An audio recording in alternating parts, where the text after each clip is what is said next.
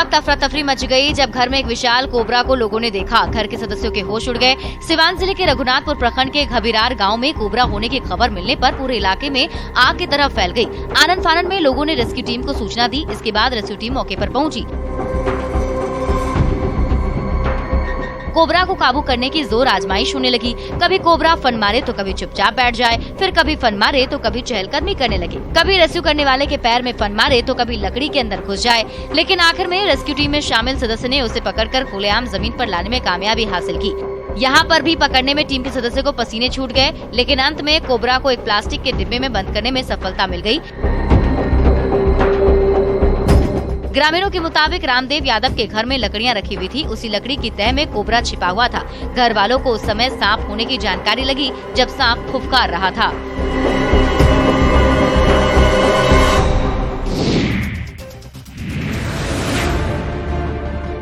समस्तीपुर के कल्याणपुर प्रखंड में चकमेहसी थाना इलाके में सास बहू के झगड़े में ननद ने भाभी के ऊपर गर्म भात डाल दिया, जिससे महिला बुरी तरह जख्मी हो गई। जख्मी हालत में महिला को परिजनों ने इलाज के लिए सदर अस्पताल में भर्ती कराया। मामला सुरमार पंचायत के बागला गांव की है। जख्मी महिला की पहचान अरुण ठाकुर की पत्नी अनीता कुमारी के रूप में की गई है। सास ने बार-बार कहते घर से निकल। हम बोलिए हम नहीं निकलबे घर से। कल बेटा शादी कर लगे तो बेटा रहते बाल बच्चा रहते तू घर से निकल। ननद गाड़ी भात चूल्ही पर से ले के झोंके छिले। महिला ने बताया कि जब वो वहां से बचने के लिए बाहर भागी तो उसके साथ परिवार के अन्य सदस्यों की ओर से मारपीट की घटना को अंजाम दिया गया। महिला के मायके के लोगों ने इसकी शिकायत पुलिस से भी की है। पुलिस ने जांच के बाद कार्रवाई की बात कही है। इस घटना के बाद से महिला डरी हुई है।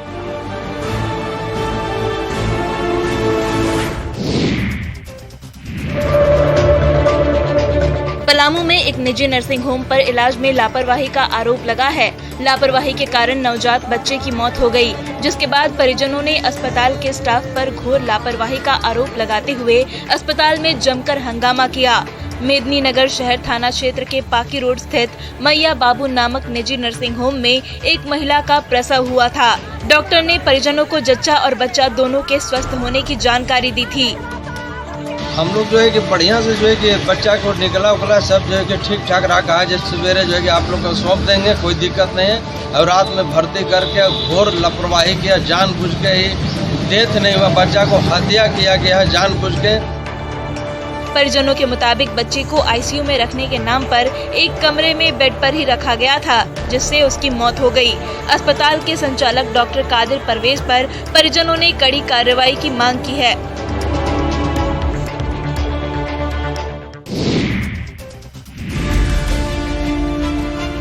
बोकारो के चौरा गांव में खतियानी जमीन पर कब्जा करने को लेकर आदिवासियों ने विरोध किया तो बोकारो जिला बल में तैनात सिपाही और उसके गुर्गे ने आदिवासी को पीट कर उसकी जान ले ली। पुलिस जवान पर भू माफिया बनकर इलाके में जमीन कब्जा करने का आरोप लगा है। आदिवासी परिवार की ओर से 15 मई को जिले के डीसी, एसपी सहित तमाम अधिकारियों को जमीन कब्जा करने की लिखित जानकारी दी गयी थी। बावजूद इसके कोई कार्रवाई नहीं हुई और विरोध करने पर हत्या कर दी गयी।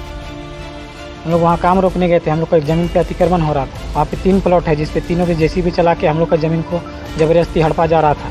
हथियार के साथ आए, गोली बारूद और कट्टा चाकू के साथ, और हम लोग पे अचानक वार कर दिया, जिसमें हम लोग जख्मी हो गए।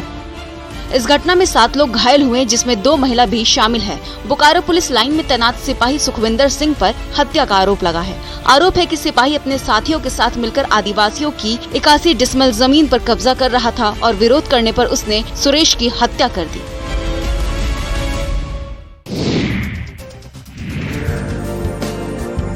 गया जिले में अलग अलग प्रखंडों में तिल की खेती करीब 600 एकड़ में हो रही है। नक्सल क्षेत्र में जाकर डीएम डॉक्टर त्यागराजन ने तिल की खेती का जायजा लिया। तिल की खेती को बढ़ावा देने और किसानों को प्रोत्साहित करने के लिए डीएम डॉक्टर त्यागराजन एसएम खुद किसानों के खेतों में पहुंच गए। इस दौरान उन्होंने गुरारू प्रखंड के देवकली और पहला बारी गांव के किसानों के खेत में लगी गर्मा तिल की खेती का जायजा लिया। खेत में डीएम पूरी तरह से किसान के अवतार में थे।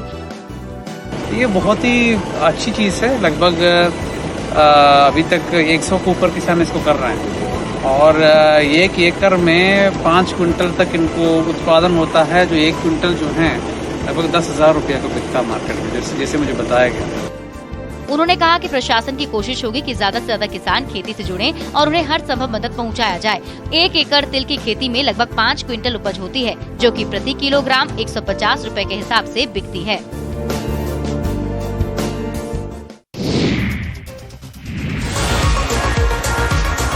धनबाद के झरिया में एक कुत्ते का उसके पालकों ने जन्मदिन मनाया। जन्मदिन पर बकायदा 50 लोगों को आमंत्रित किया गया था।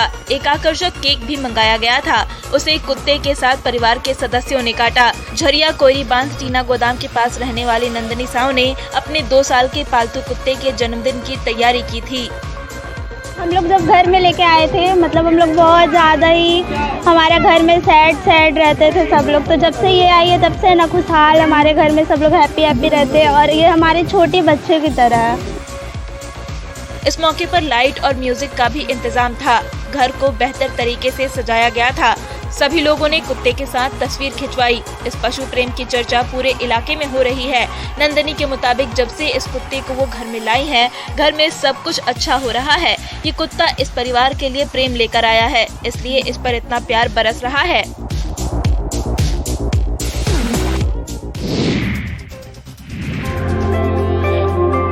रामगढ़ में मांडू प्रखंड के बरमसिया का नागेश्वर आज आम की खेती से प्रतिवर्ष लाखों रुपए की कमाई कर रहा है। आम की खेती से नागेश्वर बच्चों की पढ़ाई लिखाई और घर के खर्च चलाने समेत 10 से अधिक लोगों को आम के बागान में रोजगार भी दे रखा है। नागेश्वर महतो ने मास्टर डिग्री तक की पढ़ाई की है, लेकिन जब काफी कोशिश के बाद भी नौकरी नहीं मिली तो उसने विशेष प्रशिक्षण प्राप्त कर गाँव में ही 5 एकड़ बंजर भूमि पर टपक विधि से आम की खेती शुरू की और सफलता की ओर कदम बढ़ा दिया। 2020 से आम का खेती कर रहे हैं, उसमें 10 लोग इसमें काम करते हैं और लगभग हर एक साल 4 से 5 लाख का इनकम होती है। नागेश्वर के बागीचे में आम्रपाली, मालदा, लंगड़ा, दशहरी, तोता समेत कई नस्ल के आम हैं। नागेश्वर के बागीचे में आम काफी मीठे और स्वादिष्ट हैं। व्यापारी सीधे खेत से आकर आम ले जाते हैं। रामगढ़ और रांची के बाजारों में इनके आम की खूब डिमांड है।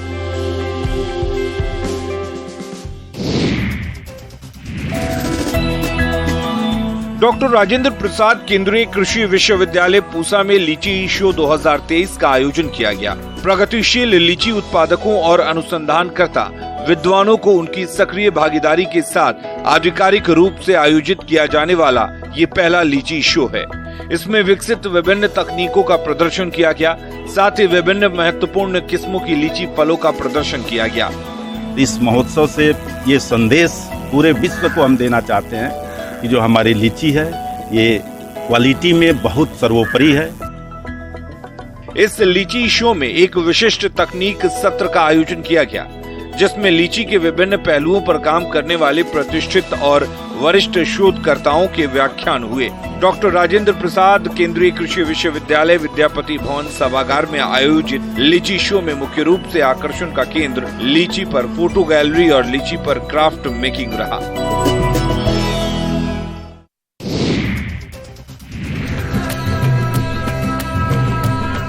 भागलपुर में नवगछिया के एक युवक ने रेत पर भगवान हनुमान की आकर्षक आकृति बनाई है।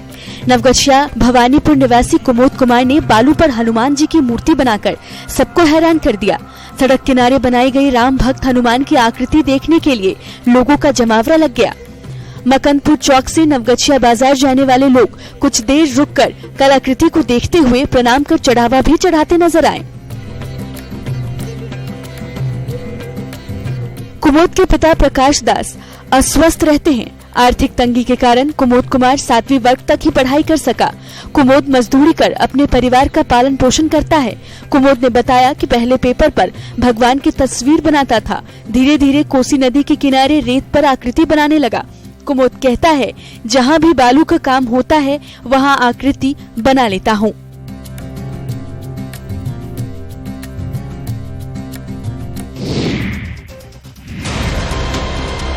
मुजफ्फरपुर के सदर थाना क्षेत्र के रामदयालु में रात को ताड़ी दुकान पर क्यूआरटी की टीम छापेमारी करने पहुंची। पुलिस को देख लोग इधर उधर भागने लगे। भागने के दौरान एक युवक ट्रेन की चपेट में आ गया, जिससे उसकी मौके पर ही मौत हो गई। जिसके बाद स्थानीय लोग उग्र हो गए और क्यूआरटी की गाड़ी को घेर लिया। किसी तरह मौके से पुलिस अपनी जान बचाकर भागी। पुलिस लगता लड़का भागा ट्रेन पर कट गया। क्या करता था लड़का? लड़का ले मिस्त्री के काम करैया। काहे पुलिस कहा जाता है इसको? अब की मालूम काहे जनतारी उरी पीने के ले लाया सर हुए।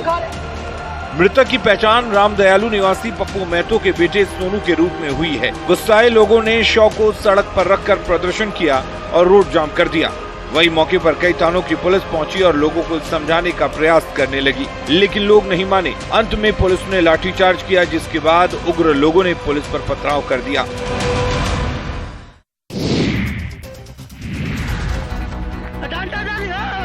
गढ़वा जिले के भवनाथपुर थाना क्षेत्र के धनी मंडरा के गांव में पानी की तलाश में भटक रहे एक हिरण पर कुत्तों ने हमला बोलकर उसे घायल कर दिया।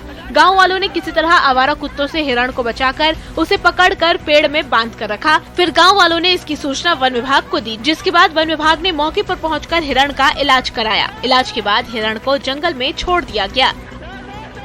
ग्रामीणों ने बताया कि भीषण गर्मी के कारण तालाब और नदी सूख चुके हैं, जिससे बेजुबान पशु पक्षी हलकान हैं।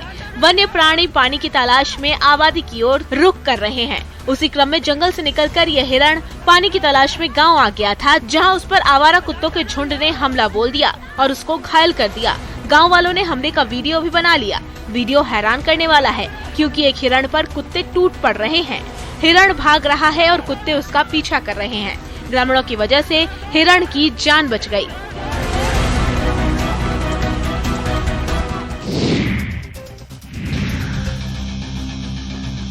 वाल्मीकि टाइगर रिजर्व के सुदूर इलाके से सड़क पर बाघ के मस्ती का एक वीडियो सामने आया है। जंगली रास्तों पर उस वक्त एक बाघ सामने आ गया जब ग्रामीण देर शाम गुजर रहे थे। बताया जाता है कि गोवर्धना वन क्षेत्र के शेरवादोन से मरहनी जाने के रास्ते पर बाघ के दिखने के बाद वीडियो बनाने के लिए ग्रामीणों की होड़ लग गई। ग्रामीणों की ओर से बनाया गया ये वीडियो तेजी से वायरल हो रहा है।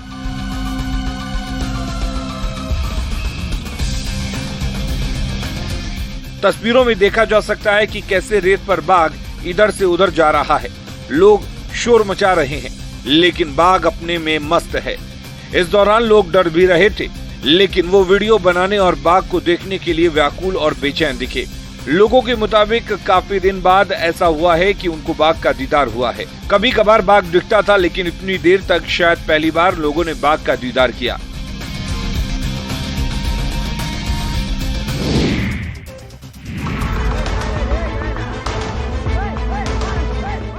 पूर्वी चंपारण में महिला पंच को दबंग पड़ोसियों ने मारपीट कर गंभीर रूप से जख्मी कर दिया। पंच को तुर्कोलिया के निजी अस्पताल में भर्ती कराया गया है। मारपीट करने से रोकने गई एक अन्य पड़ोसी महिला पर भी हमला कर दिया। वीडियो में देखकर आप अंदाजा लगा सकते हैं कि मारपीट का स्तर क्या है। ये तस्वीर पूर्वी चंपारण के तुर्कोलिया थाना के तुर्कोलिया पूर्वी पंचायत के कवलपुर कन्ही टोला की है। मारपीट के समय सरपंच भी मौके पर मौजूद रहे और तमाशबीन बने रहे। तुर्कोलिया थाना पुलिस मामले की जांच में जुट गई है। कवलपुर कान्ही टोला निवासी और निवर्चित पंच तेत्री देवी ने अपने घर के दरवाजे पर नाली का गंदा पानी गिरने पर अपने पड़ोसी को रोकना चाहा। इतने में ही पड़ोसी ने उस पर हमला बोल दिया। वीडियो में गांव के सरपंच पुण्यदेव सहनी भी मारपीट को देख रहा है, लेकिन तमाशबीन सरपंच ने कुछ भी नहीं बोला और न ही मारपीट को रोकने का प्रयास किया।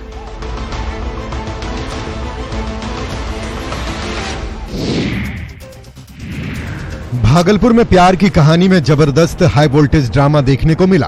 प्रेमिका ने प्रेमी पर शादी का झांसा देकर रेप करने का आरोप लगाया है। प्रेमिका के मुताबिक उसने बाकायदा शादी भी कर ली, लेकिन फिर उसके नखरे शुरू हो गए। उसके बाद लड़की ने रौद्र रूप अख्तियार करते हुए प्रेमिका कॉलर पकड़ती और उसे मंदिर की दहलीज तक ले आती है। हम शादी ब्याह करेंगे, ये अपना घर पे हमको लेकर गया सिंदूर दे करके, और वहाँ गए तो उसका माता पिता पूरा परिवार ने हमको मार के भगा दिया घसीट करके। मेरे साथ रेप किया इसने, मेरे साथ गलत किया। इसका भाई साहब ने भी हमको पकड़ धकर पूरा करने लगा, मारपीट भी किया था मेरे साथ। लड़की की गिरफ्त में आए इस युवक का नाम रोहित कुमार है। लड़की के मुताबिक 2 साल से इन दोनों के बीच प्रेम प्रसंग था। लड़की ने महिला थाने में अपने प्रेमी पर रेप का आरोप लगाया है। युवक कोर्ट से बेल ले चुका है। प्रेमिका उससे एक बार फिर शादी करने का दबाव बना रही है और इसी को लेकर वो खलीफाबाग चौक पर ये ड्रामा किया। प्रेमी ने आरोपों को खारिज किया है।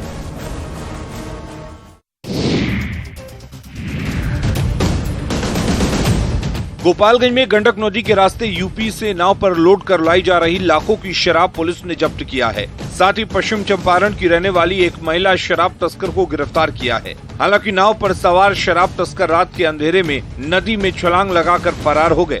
ये सफलता गंडक नदी के दियारा इलाके में मिली है।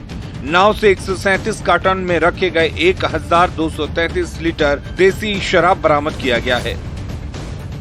रात्रि में लगभग 2-3-4 बजे के आसपास हम लोगों ने एक नाव को जब्त किया जिसमें लगभग 1200 लीटर शराब कैरी किया जा रहा था।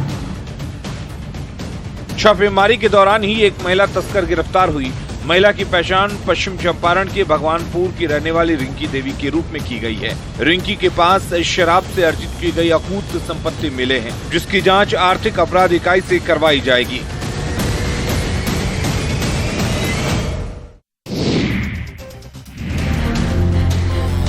एक तरफ जहां हर घर को जल नल योजना से जोड़कर शुद्ध पेयजल पहुंचाने का दावा किया जा रहा है, वहीं गिरिडीह जिला मुख्यालय से सटा करहरबारी पंचायत के बरकी टान गांव के लोग पानी के लिए तरस रहे हैं।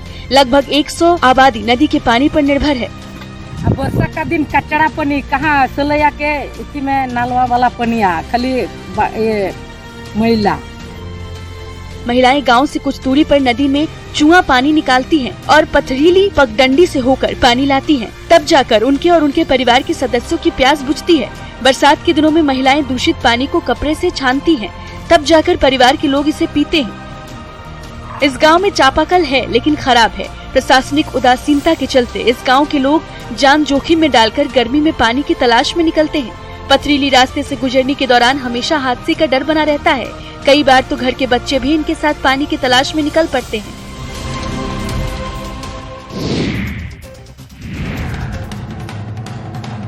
दानापुर के चित्रकूट नगर में अनिल राय की हत्या और संजीत राय को गोली मारकर घायल करने के मामले का खुलासा पुलिस ने कर लेने का दावा किया है। वारदात में शामिल 4 अपराधियों को पुलिस ने गिरफ्तार किया है। खूनी खेल में इस्तेमाल 3 देसी कट्टा और खोखा के साथ पुलिस ने अपराधियों को गिरफ्तार किया है। ये 22 तारीख को एक सोची समझी साजिश के तहत अपने 2 और अन्य दोस्त जिनका नाम शुभम और हिमांशु है, उनको लेके आया। उनके द्वारा वहां पे फायर किया गया। पुलिस ने सीसीटीवी की मदद से कामयाबी हासिल की है। पुलिस के मुताबिक अनिल राय अपने बेटे को नशा का आदी बनाने वाले कुणाल के साथ रहने से मना करता था, बावजूद कुणाल उसी के साथ रहता था। कुणाल राय की अनिल राय ने बीच सड़क पर पिटाई कर दी। उसी का बदला लेने के लिए कुणाल ने अपने दोस्त हिमांशु और शिवम उर्फ बंटी के साथ मिलकर हत्या की साजिश रच डाली।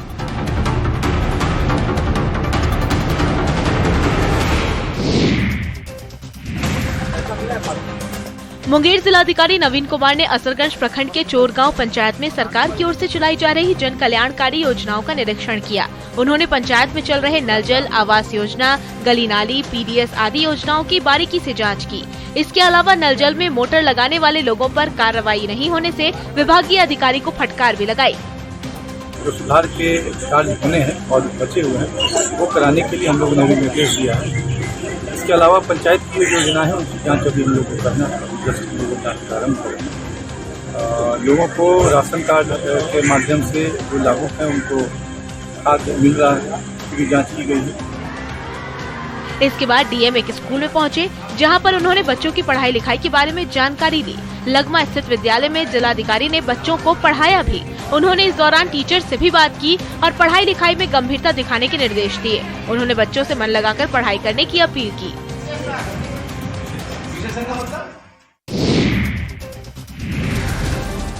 सिमडेगा में सरकारी निर्माण कार्य में घटिया सामग्री के इस्तेमाल से कोलेबिरा विधायक नाराज है। विधायक नमन बिक्सल कोंगाड़ी ने चेक डैम के निर्माण पर सवाल उठाया है। कोलेबिरा विधायक कोंगाड़ी ने कहा कि इस निर्माण कार्य में वन विभाग के क्षेत्र से पत्थर लेकर इसका निर्माण किया जा रहा है। लोकल स्तर का उसी नाला का बालू और पत्थर को डालकर बनाया जा रहा था और वन विभाग क्षेत्र का भी कुछ पत्थरों को तोड़कर लगाया जा रहा था। उसका उजागर मीडिया के माध्यम से हुए थे। विधायक ने निर्माण की गुणवत्ता पर सवाल उठाते हुए ठोस निर्माण करने की मांग की। उन्होंने कहा कि विकास कार्य के नाम पर खानापूर्ति की जा रही है। विधायक ने अधिकारी से मिलकर ठेकेदार पर कार्रवाई का भरोसा दिया है। साथ ही कहा है कि निर्माण कार्य में जो लोकल बालू का इस्तेमाल हो रहा है वो भी आगे के लिए खतरनाक है। उन्होंने ऐसे कामों को तुरंत रोकने की बात कही। पश्चिमी सिंहभूम के सबसे सुदूर क्षेत्र और नक्सल प्रभावित क्षेत्र में स्थित गुदड़ी प्रखंड के विभिन्न गांवों में आज भी बिजली, पानी और सड़क की समस्या बरकरार है। इन समस्याओं को लेकर झारखंड आंदोलनकारी मंच के बैनर तले क्षेत्र के ग्रामीण प्रखंड कार्यालय परिसर में धरना प्रदर्शन कर रहे हैं। हमारी वन भूमि पट्टा में काफी पाने में काफी समय लगता है। ऑफिस का चक्कर लोग करते रहते हैं। इसके विरोध में इसको पट्टा जो है नियमन जल्द से जल्द नियमता पूरा करते हुए पट्टा लोगों को मिलना चाहिए।